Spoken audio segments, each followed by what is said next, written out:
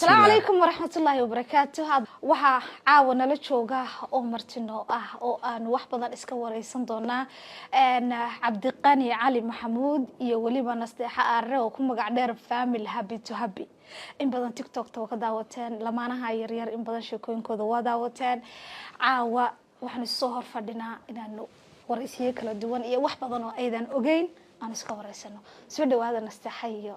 Cabdiqani. ودوها ولا العادي بعد ما تصنتهاي وأنا كله هاي ميديا شرفت بدل.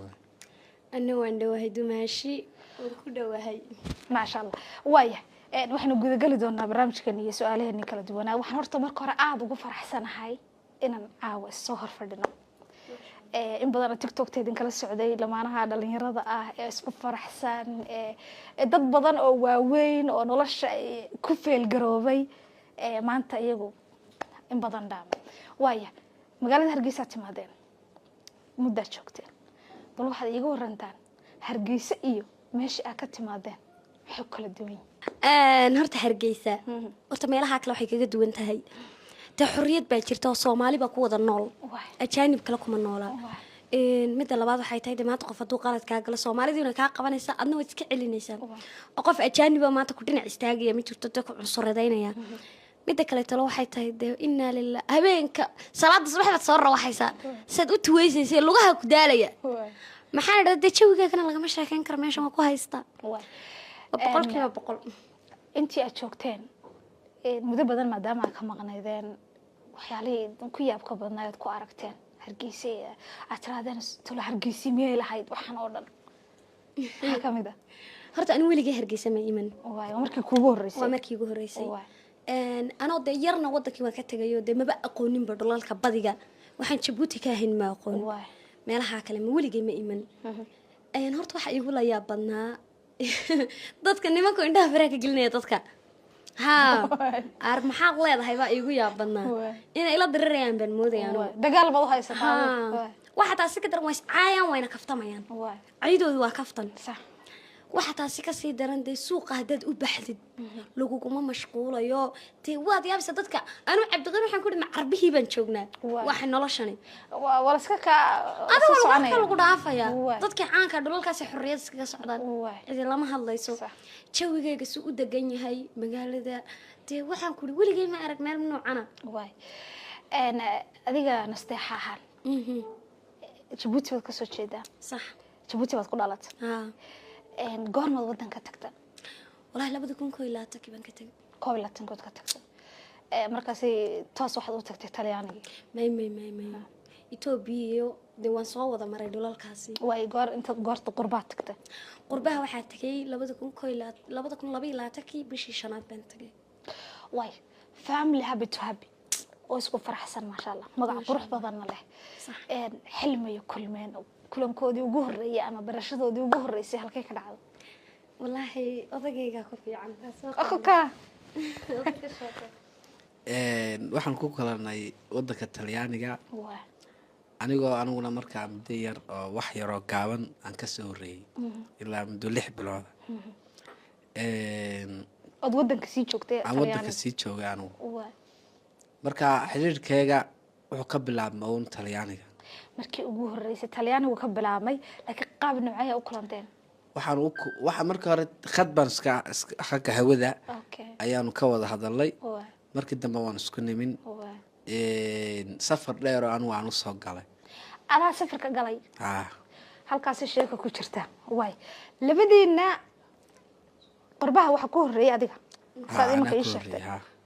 safarkaaga ugu horeeyay halkeed ka bilowday waxaan ka bilaabay Itoobiya gaar ahaan magaalada Tigtiga waaya toos markaasi waxaad sii martay rafaadkii meelihii la sii maray intii aad jidka ku sii jirtay wata dhibaato badan ay dhalinyarada tahriibka maray la kulmaan wax dhibaato ma la kulantay dhibaatooyin horto dhibaatada waxay kaaga bilaamaysaa Liibiya laakiin intan lagu jiro sida Itoobiya Suudaan iyo magafu waa Liibiya magafu waa Liibiya yada wadada Sahara inta ku jirno dhibaatooyin kolley aad iyo aad u fara badan oo dadka la midkaan ay la kulmaan anuguna aan la kulmay oo halka ka caadi ka ah iska caadi halka ka waan la kulmay walow dee aan maasha allah aan ka noolahay maasha allah oo dad dhinaca iyagu ay ku baxeen saxaraha waxaanu kala kulannay 4 cisho oo dee safara oo cunto la-aan iyo biyo la-aan iyo dee gaadhi ciriiriya oo moogtahayay laysku boqoojinayo inaad dee neeftaanad qaadato mooyaane laakiin nafiska la-aanu jirin oo bac lagu hubinayo yacni dee dadkaas la diidaya inay dadku ku arkaan xaasidnimada jixintee gaadhigii qofka u wado sida adhiga oo kale lagu rarayo kadib xoosh baan gallay xooshkii oo de moogtahay nagula soo dhaweeyey dee dhangad iyo dee budh iyo dee keen lacagtii iyo dee dhibaatooyin fara badan oo moogtahay dee markaan halkan aan joognay aanaanu dee melaysanayn oo aanu la kulannay laakiin marka waxaas halhalaad ku tagaysaa sawirkii dee markii hore aan dee ii sawirnaa yacni waxaa ii sawirnayd ani markaad magafa aad u tagtid waa tanba yurub baa ii sawirnayd badda iyo inay isku yaalaan baan moodayay meeshan liibiyaduna isku ag taalo laakiin dee meesha safar dheer inay tahay oo moogtahay waqti ay u baahan tahay iyo dee ilaahay oo dee moogtahay kaa saara alxamdulilah kuley dee dhibaatooyin badan oo sida dee cunto la-aanta injirta dadka dee meesha nadaafad la-aantaha dee rag iyo dumarkii waxba aanay u kala qorsoonayn oo dee yacni qaybtii xishoodka ad halkaa dhegeysa oo dee xishoodkuna waa waxa dee dadka deda moogta waxyaalo badan oo aad dee dadka aad kala hadli jirin baad kala hadlaysaa kaale injirta iga gur wallahida dee waxyaalo badan waxyaalaha dee ila yaabka badnaa dee marka meesha aan u tegay dee igu adkaata inaan la qabsado sida dee inaad qof ku tiraado suuliga aad gacanta u taagatid sidoo kale suuligii jamac lagu wada galo 10 nin 10 dumar xagga kale iyaguna ay galaan wallahi caqabado badan inaan soo dhamaystiri karaa markii adoo aad baad u da'yarayd maxaa kugu dhaliyay aad isku tira halkaas mar oo sax dhibaatada intaa leeg aad ugu bareedha si falcelinta familkaagu sidee noqotay wallahi aniga horta waxa igu dhaliyay horta anu hal maalinun ayuun bay igu dhalatay ma garatay dhalin ka baxdo wadanka inaan ka baxo dhalintaasna waxaan u arkaa in aniga afduubanahayd yacni tashkiilin iyo dhalin aniga igu dhalatay baa wadamadii tagna gaadhaa lay saaray baan dhihi karaa markaa ma mir qabin baan dhihi karaa dhalinyarada gaari baa la saaray xol ilaa suudaan wax lagugu geynayaa iyo liibiya lacag la-aan adna waxaas tiri wallahi wadinga yurub ka degay laakiin dhib male wixii ku maray waad ka nooshahay nasteexay igu dhib ayna bal xoogaa iga warantay maragtay dhibaatadaas martay iyadana hay nasteexo halkee toos uga tagtay adigu aniga jigjiga jigjiga toos uga tagtay saxari waad sii marta wallaahi horta jigjiga anigu toos ugama degine 2 hablood baa igaga waalayahaydoo dee iiga dhigay Addis Ababa inay Yurub tahay marka ilaahay kuma darnaadee waxay ku dhahdeen halkana laga baxo halkeen baad Yurub tagaysaaba